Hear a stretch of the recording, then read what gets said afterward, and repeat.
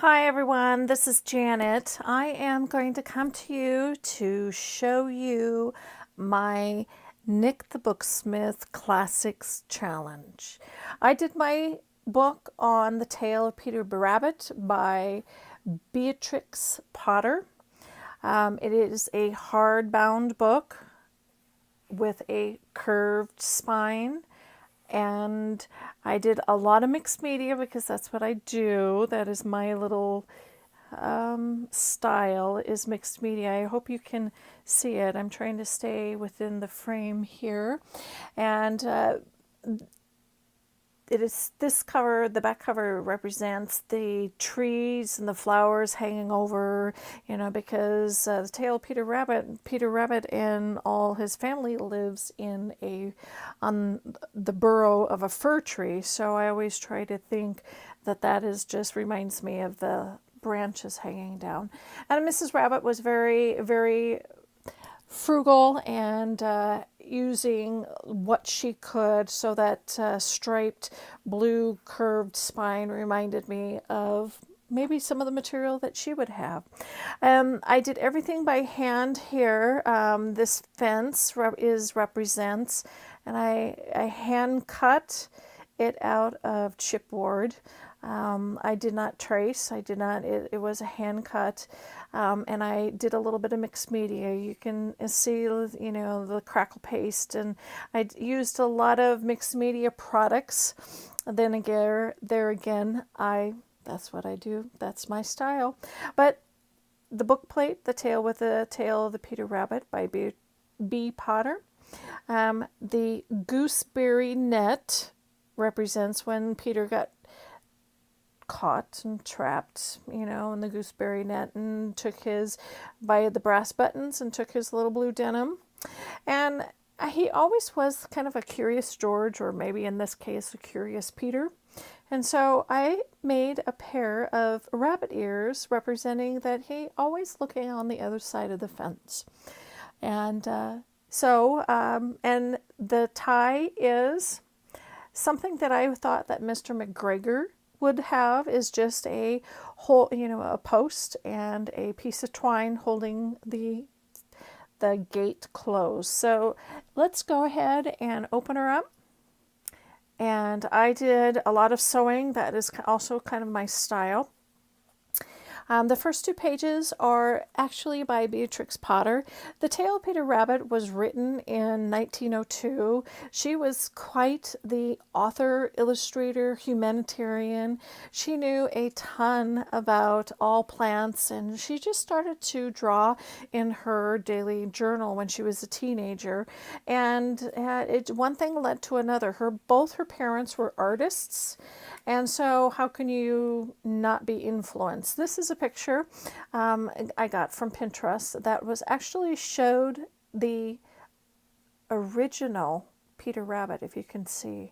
I just thought that was so neat, and I just sewed it onto coffee dyed paper. All my paper and pages in here are coffee dyed, including all of the ephemera. I only have 3 signatures in here because I wanted to have plenty of room for you to add pictures. Say, if you read The Tale of Peter Rabbit or any of Beatrix Potter's books, she had 23 children's books, and I believe close to 30 other, a total of 30 books. And so you can have pictures in here, you can journal, but I also tried my ephemera. I just backed them with some either ledger paper or some coffee dyed paper. A lot of tuck spots, a ton of sewing. I left all of the little, strings off of after I sewed. If you don't like them, you can just go ahead and cut them off. But this was such a joy. Thanks, Nick.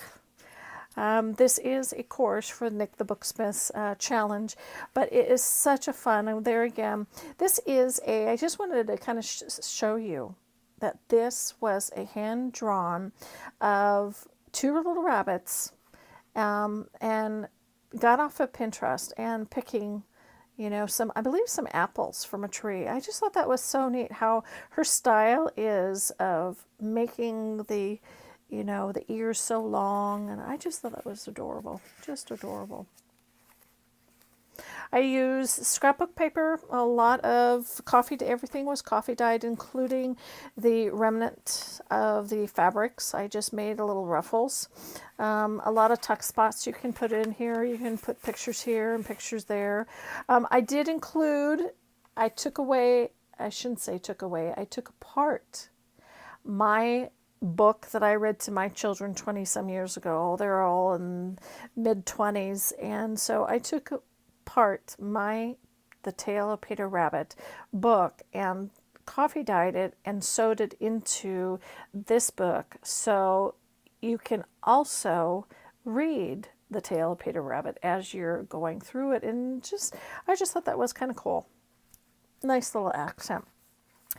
Well, Mrs. Rabbit, and I also focused on Mrs. Rabbit. Mrs. Rabbit was a widow. Mr. McGregor he must have been into the, garden also, and Mr. McGregor found and caught Mr. Rabbit and made him into a pie or rabbit stew. And so she was a widow. And so I focused this journal about all of the little thrifty things that she must have really tried as a widow and a mother of 4 rabbits, or maybe even more. And so I always thought that maybe around her fir tree, or maybe in her area that she tried, she always had herbs and flowers.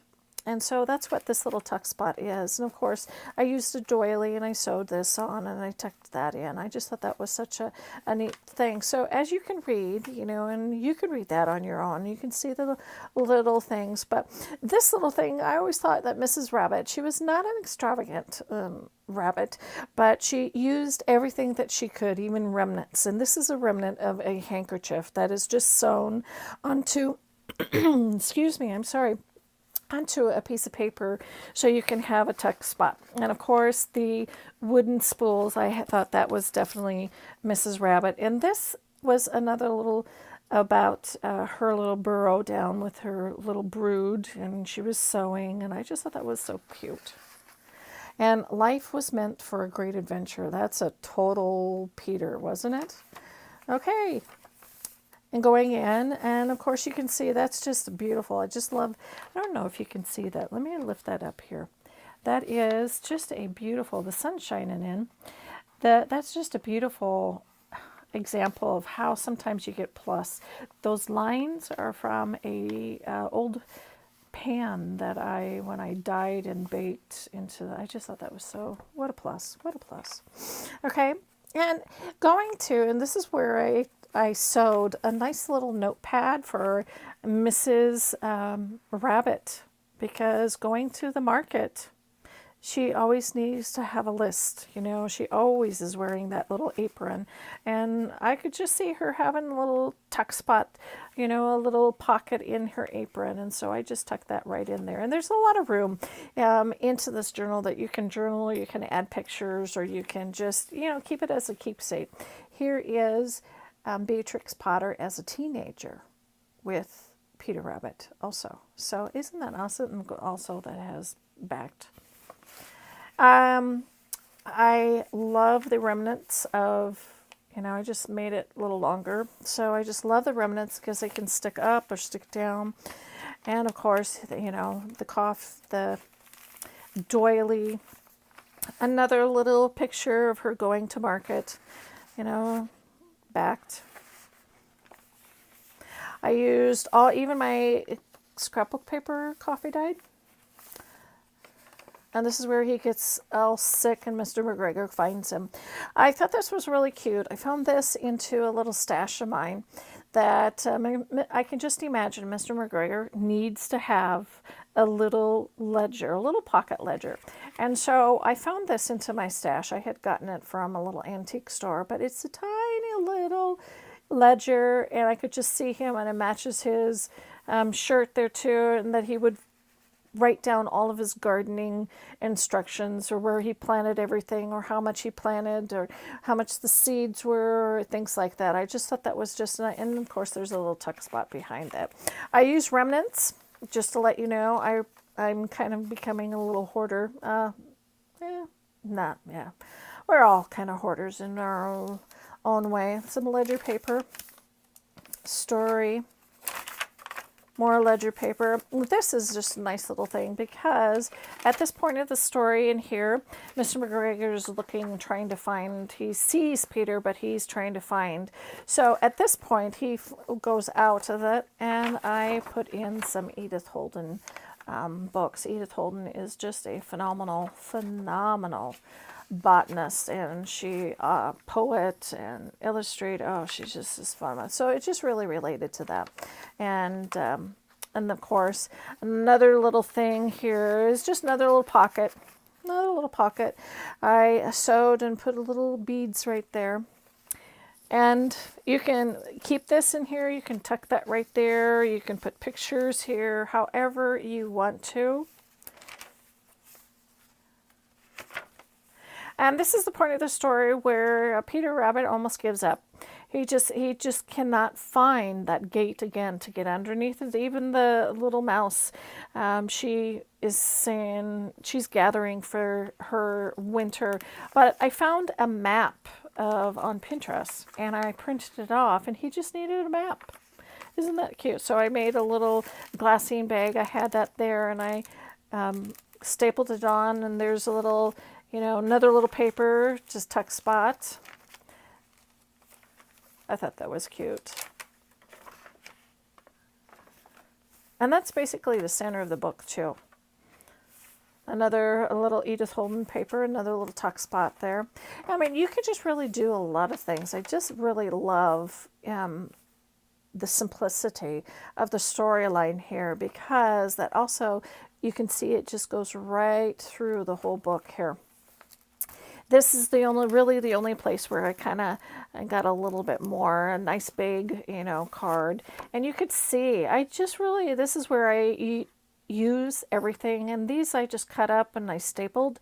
And this is a nice big tag. And, it's amazing how you can really find, this is right here. That's that little flower with a little brass button. That's a tea bag. Who would have thought? Yeah, I saw that on a YouTube video. I thought that was just neat. And of course, Peter got home. He's just exhausted.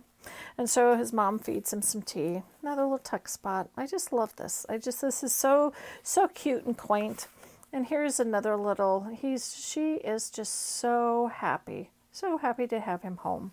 And so onto this little collage that I made, and it's just basically a piece of fabric and some cards and some lace and buttons, old antique buttons. But it says here, "You are the sunshine of my life." And I can see her telling Peter, you just a little adventurous rabbit. You are the sunshine of my life. So I put that there. I thought that was really, really quaint. And of course, the Edith Holden. And this is one of my favorites. I hope you can see that. Can you just imagine, however that little village must have been, Mr. Fox and, little Mr. Squirrel and Mrs. Squirrel, and I just think, Beatrix Potter had a phenomenal, great imagination on this. I mean, she was just a phenomenal author anyway. So I just had to include that. And of course, the burrow. This had to be Peter's room. Flopsy Mopsy Cottontail's room too. Or maybe this was Mrs. Rabbit's. I'm not really sure, but I just had to include that also. And this was the back of it. And I just really took some old laces, made a nice little tuck spot. There's a nice big tuck spot back there. And this is where I will have my book plate, so to speak, tucked back into there in my card. So, well, I hope you have really enjoyed this. I know I have. And thank you again, Nick, and everyone. I have thoroughly enjoyed watching everybody and learning how to make these beautiful, beautiful books.